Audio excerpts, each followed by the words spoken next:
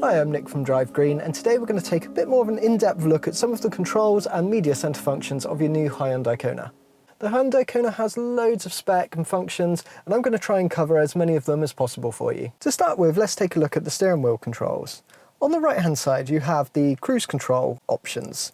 Now to enable cruise control, you can press the mode button and then click this toggle down towards set. To increase and decrease the speed of the cruise control, you can use this toggle here, up to increase, down to decrease. The button bottom left, that allows you to adjust the distance for your adaptive cruise control. To disable cruise control, you can then simply press the mode button or apply the foot brake.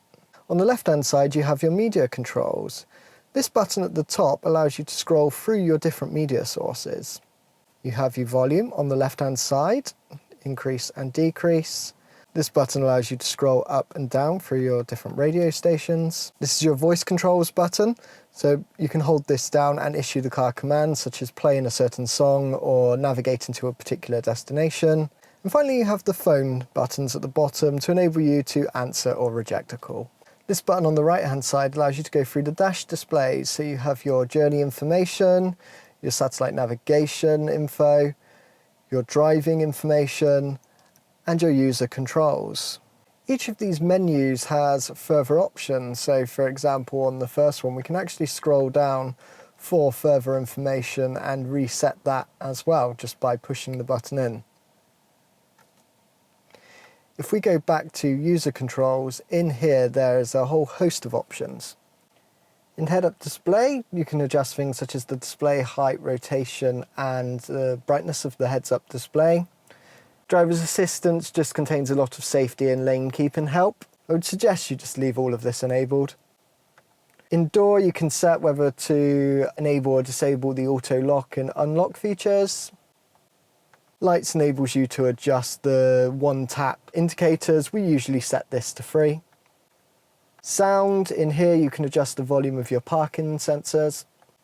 Inconvenience, you have a lot of options and we would suggest you leave all of these enabled. Service interval just tells you when your next service is due.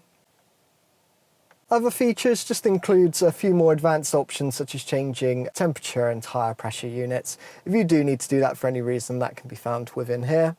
Utility mode enables you to use some of the car's internal functions like charging and 12-volt sockets without turning the car on for something like camping.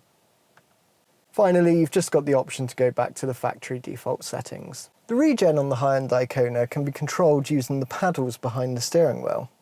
To increase the regen, you pull the left-hand lever. To decrease it, you pull the right. The lights and wipers are controlled by the traditional stalks behind the steering wheel. As you would expect, lights being on the left-hand side, and I would just encourage you leaving that to auto. Likewise, the wipers on the right-hand side as well. Again, I would set that to auto. There is also a selection of other buttons located to the right-hand side of the steering wheel.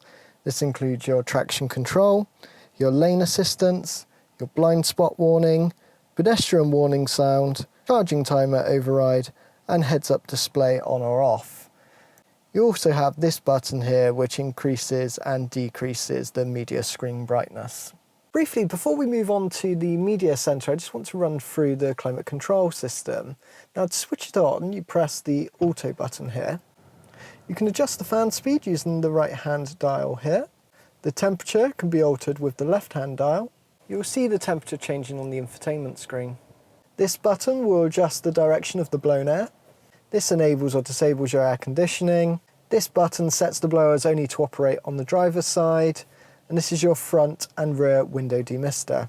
The button for the heated steering wheel is here behind the handbrake, as well as both the heated and the cooled seats. Now let's move on to the infotainment system. The dial located on the left hand side adjusts the volume and also can be used to switch the infotainment system off by pushing and holding.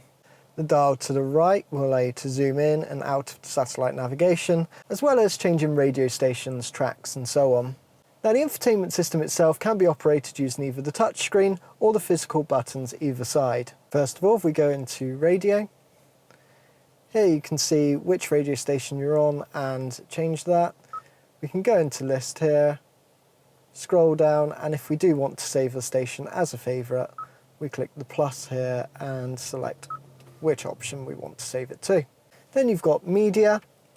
So if you've got a USB media device plugged in, for example, you can access that media from here. And then you've got the Seek and Track button here, which will allow you to scroll through radio stations or tracks from your media device. On the top right, you've got Map, which just brings up the full screen map view. Nav brings up your satellite navigation options. In here, you can search for an address, for example. In this case, we'll just enter a city, set that as the destination, and it will calculate the route for you. Click Start Guidance, and it will navigate you to the destination. Once the route has been programmed, you'll get your estimated arrival time as well as the distance to your final destination. The bottom left menu option here will give you a few more options, including being able to adjust your route, look for nearby points of interest, and also enable you to stop the guidance if needed as well. The star button can actually be configured to a variety of different options. If you push and hold the button down, you can actually change it between EV statistics, your phone projection, so if you've got a phone connected for Apple CarPlay or Android Auto. If we just tap, now it's on EV, if we tap the star button once, it brings up the electric vehicle stats screen. Setup brings up all of the settings for your infotainment system itself, so vehicle, navigation, your phone projection is where you can set up your Android Auto and Apple CarPlay, Wi-Fi, date and time, and so on. Now you'll notice on every screen you've got this home symbol at the top left. By pressing that, that will bring you back to the default home screen. Your Kona EV actually has the ability to warm itself based on a specific time schedule, as well as charging within a set of times. So for example, if you have an electricity tariff which is cheaper overnight.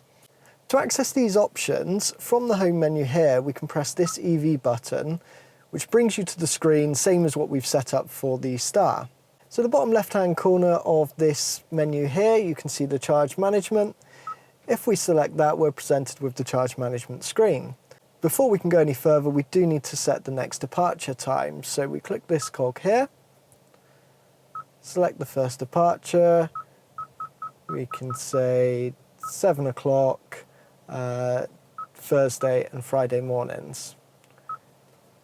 Click OK, and now that's set. If we come back now, it enables us to set the scheduled charging and also target temperature.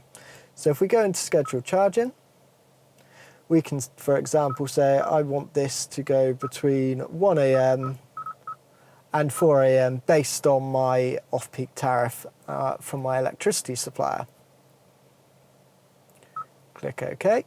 So now the battery will charge between 1 AM and 4 AM in order for me to depart on Thursday or Friday at 7 AM. Likewise, we can set the target temperature. In here, let's say I want it to be 22 degrees. So the car will get up to 22 degrees. So when I get in the car at 7 o'clock on Thursday, the car will be ready and preheated for me. Just before we conclude, I just also want to point out a few more of the buttons behind the electric handbrake. You've got this button here, which disables your parking sensors. You've got auto hold, which when enabled, if you come to a complete stop and hold your foot on the foot brake, it will automatically apply the parking brake.